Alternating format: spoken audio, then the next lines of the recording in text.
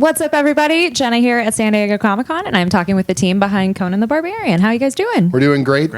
It is day 76 of San Diego Comic-Con, and we're having the time of our lives. I have moved into the convention center, and I got my hair done there, and it's great. It's a beautiful time in our lives. We will always remember.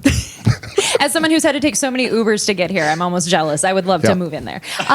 So what's it like being here this year celebrating this book with the fans? It has been incredible. Conan the Barbarian is one of the oldest literary genre icons, older than Superman. He's the Superman of sword and sorcery, and getting to be a part of that legacy means so much. It kind of blows my mind.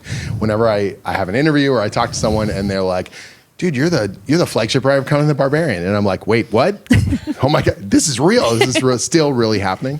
We relaunched the series in 2023, and it's been 2 incredible years so far. And then we're vaulting into our 3rd year just with as much energy, if not more, than ever before.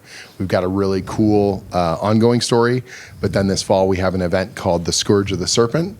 So Set, the snake god, the big kind of plans that they have for humanity are going to be revealed, and our barbarian is in deep, deep dookie.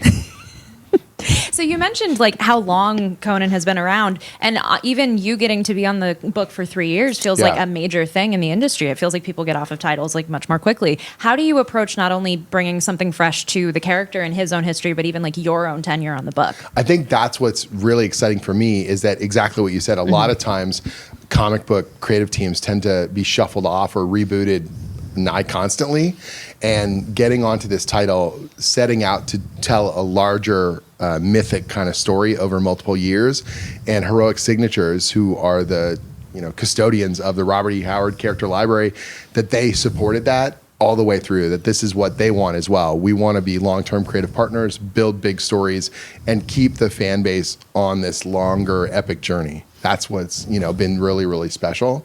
And so it brings a vitality to it, because when Chris and I are meeting and we're talking about not just what's happening now, but what dominoes are going to fall for next year and beyond.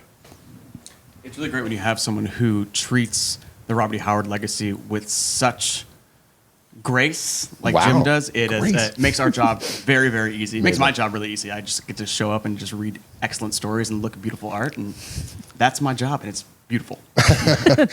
I love it.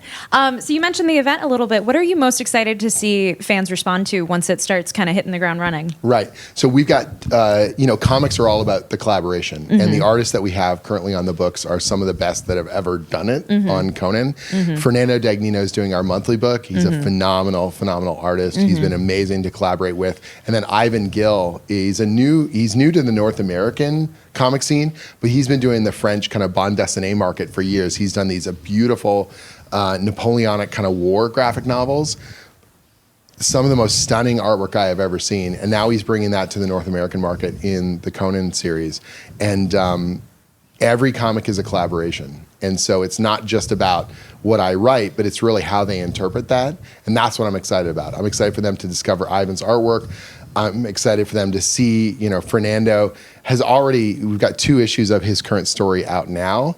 And as much as I love those issues, the best is yet to come. The stuff that's coming 2, 3, 4 months from now is even better.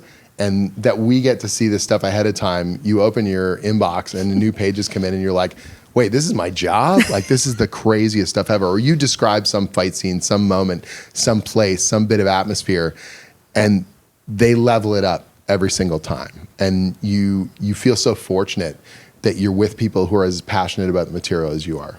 I love that. Do you have anything to add? Leveling up is exactly what it is. Every time you get a new issue, it feels like everyone's stepping up their game that much more. And you think to yourself, how can it get better? But somehow it does. And it's corny. It's you don't want to sound like, oh, yeah, sure, it's better and better. and then it comes out and you're like, it really is. It's crazy. Issue 25 we've got coming out in October, and that's a celebration. The current comic market is so tumultuous. Books don't get 25 issues. So many books get rolled over so quickly.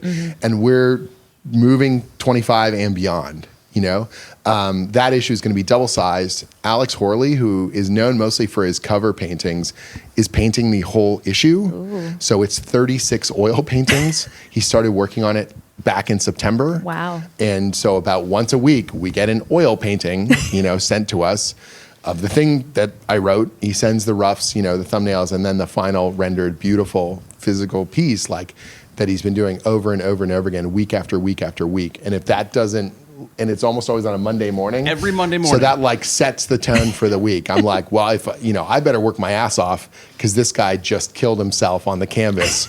I just have to type words I think I can do my job. He says, "Is this okay, guys?" We're like, "Yes." Yeah, almost every time. God. Oh my God. Get the thesaurus out. Yeah. How can I tell him it's beautiful, wonderful, stunning, stirring, over and over and over again, because it is. It's some of the best artwork I've ever seen from him.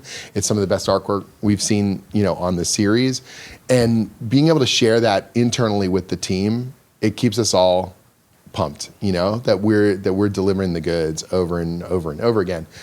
Jeff Shanks, he's the guy who does our essays in the back of each issue. He's literally a literary scholar of Robert E. Howard and Conan.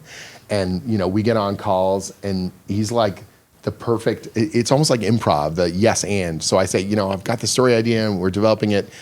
But there are hundreds of Robert E. Howard stories. He only wrote, 22 Conan stories, but then he wrote horror stories and Western, boxing stories, pirate stories, all kinds of different things. And so I'll say, this kind of symbol or this sort of thing, or these kinds of, philosophical ideas about humanity and death and, survival. And he goes, not only is that a good idea, this obscure bit of crazy ephemera from this story, that's a really good line, or that's a really cool symbol or a name or a place. And if you weave that in there, there are 25 hardcore mega nerds like myself who are going to go crazy. And it's just like, all right, now we've got an even, cooler kind of thing that we can play with and layer into it. I love that so much. So I talked to the team behind the Red Sonja movie yesterday. Awesome. And obviously her books are thriving as well, and now they're all under the same umbrella. What do you think it is about kind of the sword and sorcery genre that is having this moment right now? Well, let me tell you. So sword and sorcery is one of those genres that reflects the times that you're in, no matter what it might be. Yeah. And the idea that individuals can affect broader systems of the world and survive whatever the world throws at them feels very relevant right now. And that you as an individual, that the world will break around your sword, that it will break around your will, and that you can impose your will on things and change things is very visceral and potent right now. That kingdoms and religions and political systems can be smashed by the will and swords of others, I think speaks strongly right now.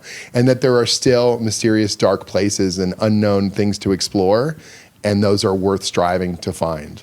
And so I think the sword and sorcery genre exemplifies bigger ideas about ourselves, what we aspire to be and what we fear, and our ability to affect them. Beautifully said. Well, I'm going to let you guys go. Thank you guys so much for stopping by, and congrats on the book. 25 issues is massive. Yeah, and we got many more to come. I love it. Thank you very much. Thanks.